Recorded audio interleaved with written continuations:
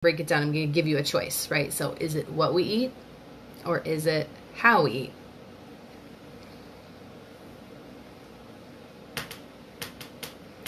Listening to your body. Love it, Michelle. So is that what or how? I would say listening to your body is more of a how.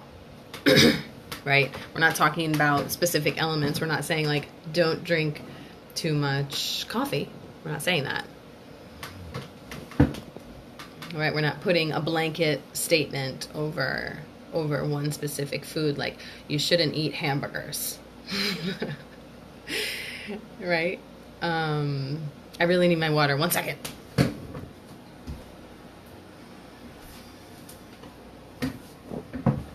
Both.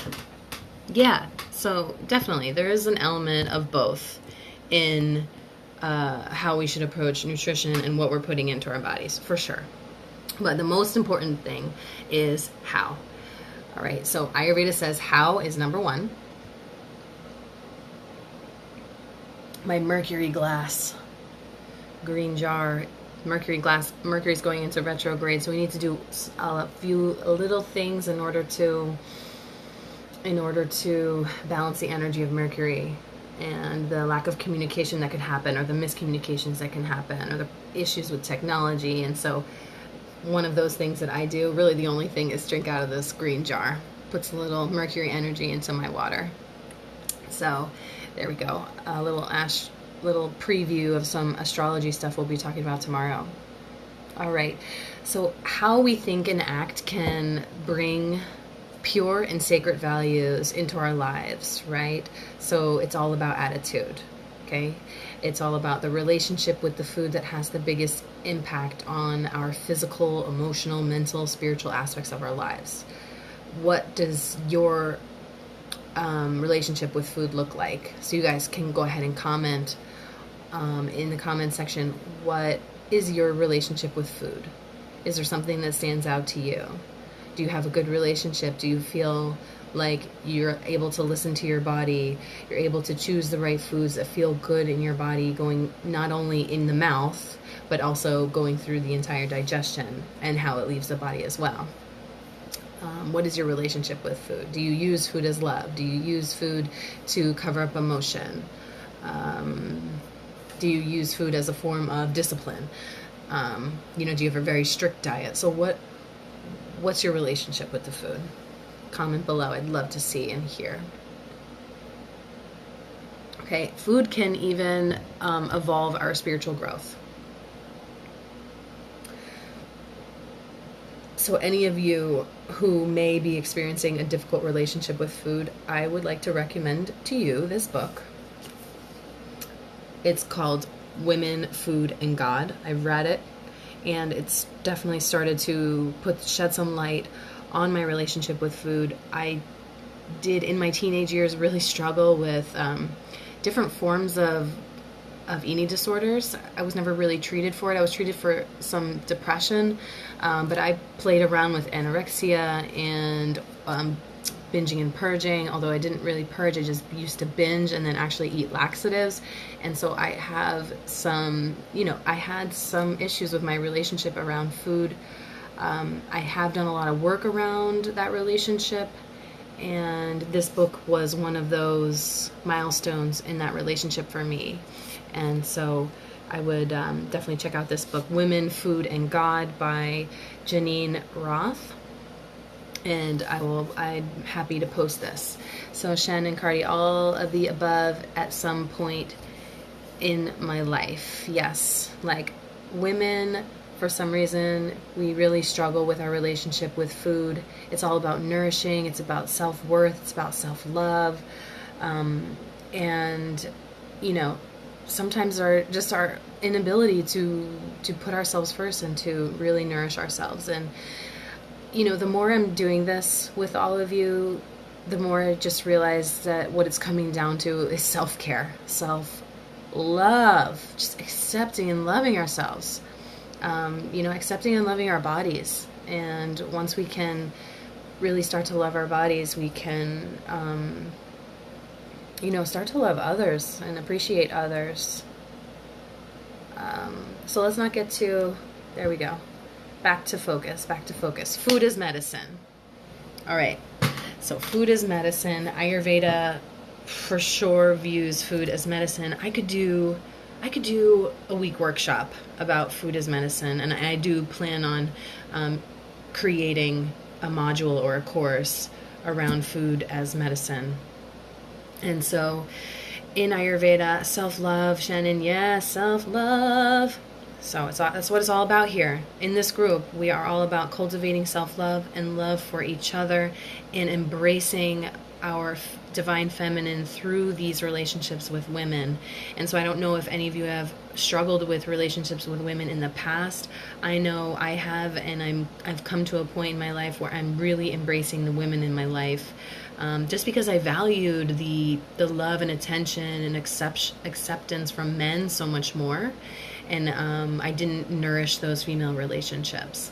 But that is not the case now, because really my divine feminine and all of you women's divine feminine is my number one right now. So Michelle says food as comfort and also control. Oh my gosh, right? We can control. Our kids do it too. Like, no, mommy, I don't want to eat this, and they don't eat it, or they go on a hunger strike, you know. I don't want to eat this. It's all about control. They control what they put in their bodies. We do too.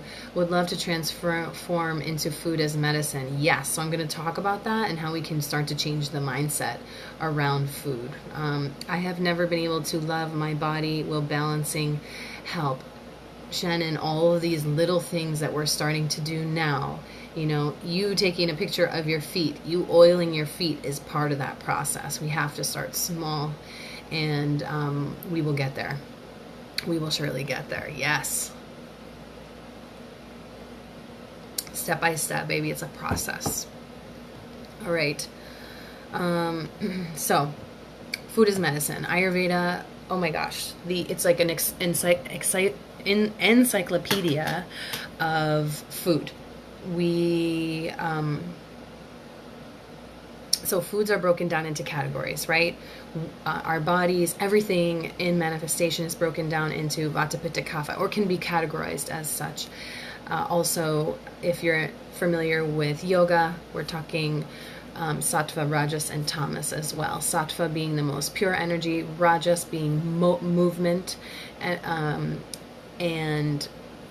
Tamas being low energy, like kind of darker energy, earthy energy, stable energy, lower energy. And Rajas is that movement or that stimulation of energy. And Sattva is like this pure, really what we're looking for. Why? Because we want to have as much Sattva guna in our lives in order to create the peace of mind, the sattva in the mind, in order to create the space for the spirit to come through us. And so food is so important because it affects us on all these levels, okay? Because food as medicine, it contains spirit, it contains energy, and contains all these qualities. So we need to, really choose our food wisely. And I'm going to talk about more about that, right? So, is the food Vata, Pitta, Kapha increasing or decreasing?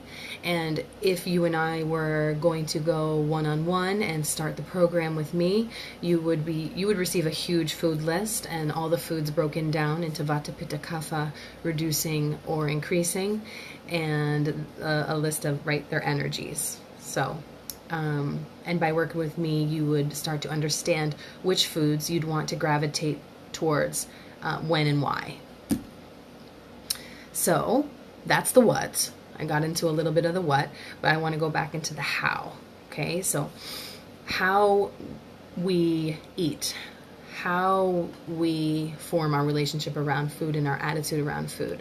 First of all, the money that you buy the food with, okay, also influences the energy around the food. How did you get the money? Did you steal it? No, you probably didn't. But how did you, what is your form of income? How are you getting this money? It carries a certain energy. And when you bought the food, what kind of mood were you in? When you're cooking the food, what kind of environment are you cooking in? What about when you go to a restaurant? This is one of my my things, my fears, and I'm sorry. I'm gonna put it in your minds. You know, in a restaurant, it looks clean, it looks nice. There's a flower on the table. It's like, okay, nice, fresh tablecloth.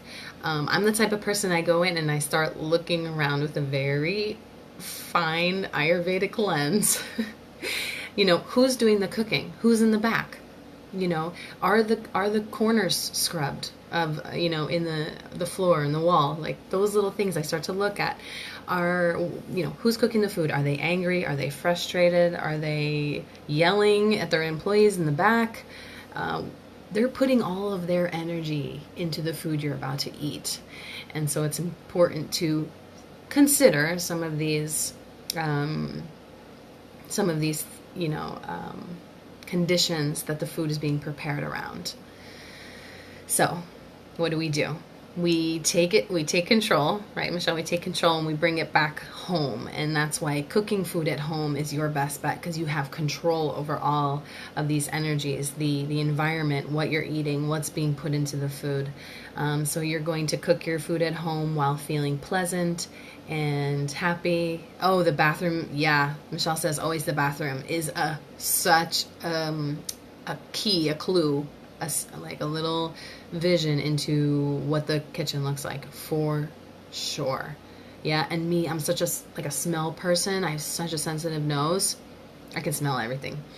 And so so we need to cook while feeling pleasant, happy, peaceful. We can bring love and compassion and treat it as a sacred ritual. You can chant or sing the name of God, maybe put on some classical music to raise the vibration of the environment. There are all kinds of little things. I love Ayurveda for this, because there are also little sciences of how we need to set up our kitchen. I'm not going to go into that. I could just go off completely, so I need to stay focused. In Ayurveda, so no matter really what is on the plate, with all of this positive energy, the food becomes healing. Okay, no matter what it is. And in Ayurveda, eating is all about aiding digestion. So we're already thinking about how it's going to go through the body, how it's going to come out before we've even finished the meal, or we're thinking about it while we're preparing it. And by doing so, we do this so that it's digestible. So there are very specific preparation styles for optimal digestibility, also uses of spices and herbs with certain foods in order to make them the most digestible. And so from here, we could talk about heating and cooling effects of different herbs and spices, which herb is best in which food, etc. Ayurveda talks about taste, qualities, heating and cooling effects. So what does it do in the mouth? What does it do in the stomach? What effect does it have in the small intestine and the colon? It is extensive. It is a really vast science of what all of these foods are doing in our bodies. And it can be overwhelming, so I'm just going to keep it simple for y'all. Okay. Of course, when we would work one-on-one, these are things we would talk about. Okay. So yes, bananas are good for you in this circumstance. Why? Okay. Blah, blah, blah. When you should avoid them. Yes. Half an hour after, fruit should always be eaten alone. That's one of the things. So Shannon says, I'm sensitive to spicy foods.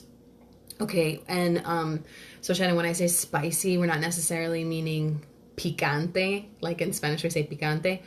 Hot, like hot. We don't necessarily mean hot. Spices also can be cooling as well, but they aid digestion in a different way. And so, we would be able to talk about recipes and foods that work for your taste, for sure. And if you're sensitive to spicy foods, you probably have a lot of beautiful pitta in you. And so cooling spices and herbs would be the way you want to go anyway. Alrighty. All right. So let's keep it simple, right? Food is love. Food is love. Okay, we know this. So we need to inject the energy of love into whatever you're eating with the intention of the food serving your body, nourishing your body, and giving it what it needs in order to continue to serve you, the big you, capital Y, your soul that dwells in this body. And so I believe Shannon asked, what was it that brought that up before? I'm just scrolling through. Listening to your body, self-love, transform food into medicine. I've never been able to, okay, balancing. I forget what I was talking about, but this is what I'm relating it to right now, is that creating the relationship around the food, the attitude around the food. And so no matter what you're eating, you're sitting down with the intention. Okay, so changing the relationship around the food. That's what we were talking about, Michelle, is changing the relationship with the food. And so if you sit down, like the food is medicine, right? You sit down to a meal, and we just spent hours, cooking this food with intention. We've had beautiful music on.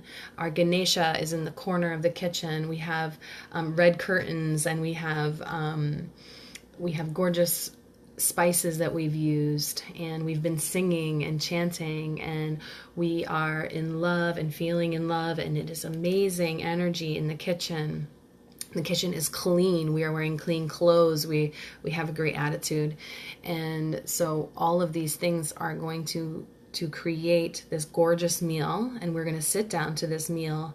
And the feeling when you sit down to a meal and you look at the food, you see the colors and how gorgeous it is, and wow, this food is going to feel amazing in my body.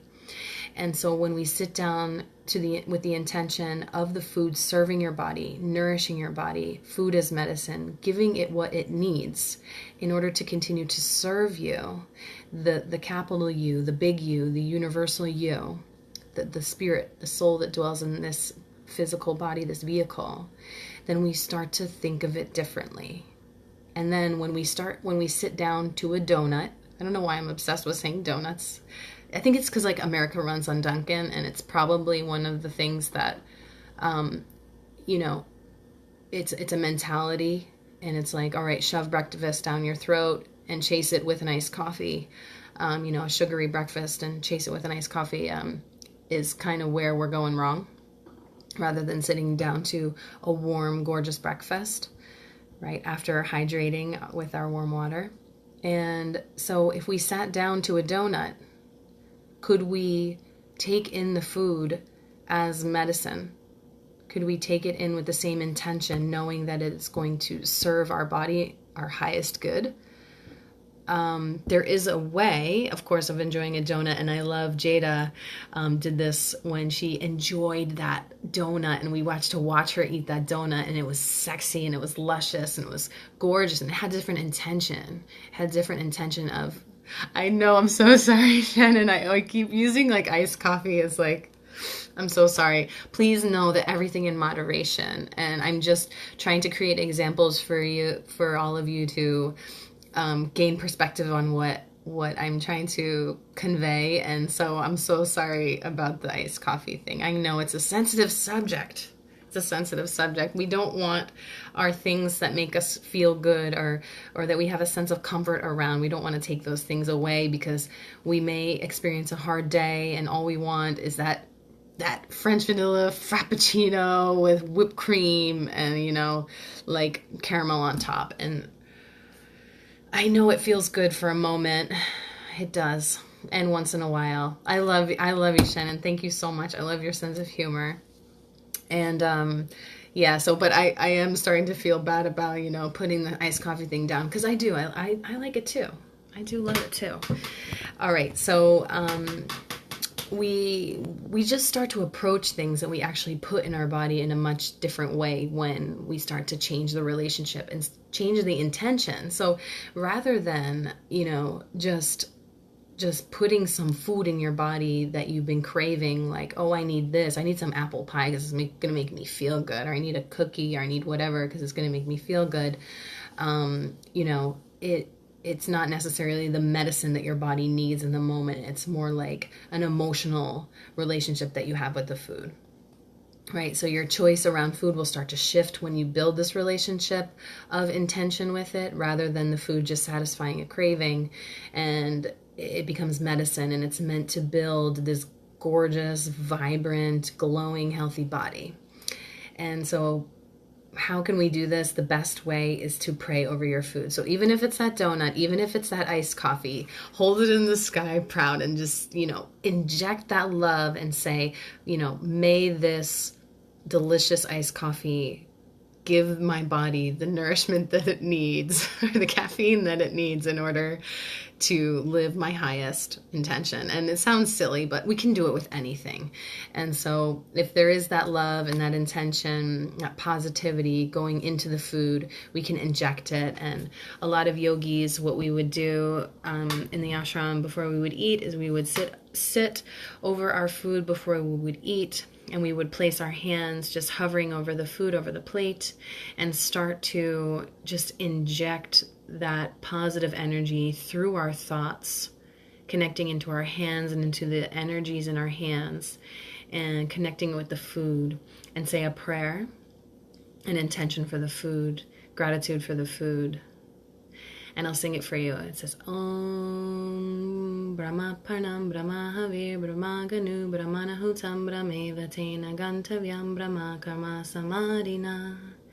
We would sing this, and this is the Ayurvedic prayer to allow the food to become medicine in your body. And so it's so beautiful, and to have that ritual around the food, it really changes. It changes things for you in the relationship.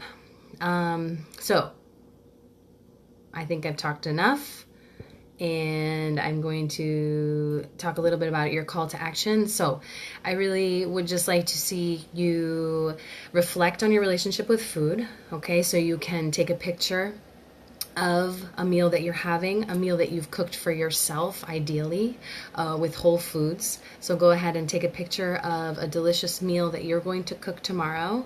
You could also cook some ghee. So if you got a recipe in your email on how to make ghee, more information about making ghee is on my page, Feel Good Ayurveda, and I have posted a video there and the recipe. I can post the recipe here down below as well if you'd like. So go ahead tomorrow, either make the ghee with intention, create and cook food at home, and take a picture, maybe comment a little bit about your relationship with the food and your experience around food. Shannon says, I remember seeing on the sheet that you mentioned Whole Foods. You mean the whole picture starting with the money to buy down to eating it. Yeah, I mean, that would be the wholest food, the most sattvic food. But I'm mostly talking about Whole Foods as in it hasn't come out of a box or a package. And so you're buying organic fruits and vegetables, or organic rice. Granted, you're not going to go pick the rice from a field that's coming out of a bag, but you guys know what I mean, right? So it is, typically a protein. So whatever protein that looks like for you, organic tofu, organic chicken, or organic eggs, a vegetable. Right now in my fridge, I have sweet peppers, I have broccoli leaves, and so some kind of vegetable, and then also a grain. Right now I have quinoa. I like to also make brown rice. Garbanzo beans I just cooked in the crock pot last night. And so there's lots of options. So take us a picture. Yes, unprocessed. Great word. Thanks, Shannon. So go ahead, take a picture of your gorgeous meal tomorrow, and talk a little bit about your relationship with food and how you are using food to nourish you on all levels. Let's talk about completing the journal. So you can complete your journal for Saturday. I will continue to receive the journals on Saturday, and I'll be announcing the winner of the Ayurvedic consultation on Sunday night when we go live with Jen, and also the winners of the 3 gifts for the highest participants. And I'll be going live, of course, for the full moon eclipse ceremony tomorrow night at 8, and I will give you a wrap-up live afterwards to talk about the 5-day challenge. And you still have an opportunity to participate and complete each day's call to action. So go ahead, get posting if you'd like to receive a free handmade gift from Maria. And don't forget to comment on other people's posts. Be positive, keep it high vibe. I'm loving the interactions that are happening on this page. There's so much, on this group, there's so much sharing going on, and positivity and love. And yeah, and tomorrow I'll be making an announcement, exciting announcement of what will be coming soon, some offerings that I'll be presenting to all of you tomorrow night. And so there it is. Reconnect day 5, last day of the challenge tomorrow. I'm going to my hot yoga class tomorrow, and I'm gonna eat some yummy food too. All right, goddesses. Be good, do good, feel good with Ayurveda every day. Sending my love, sending my intentions for women to come to us and share in this space, who are ready for change, who are ready to step into their highest power, ready to connect with their divine feminine energy through the power and wisdom of Ayurveda.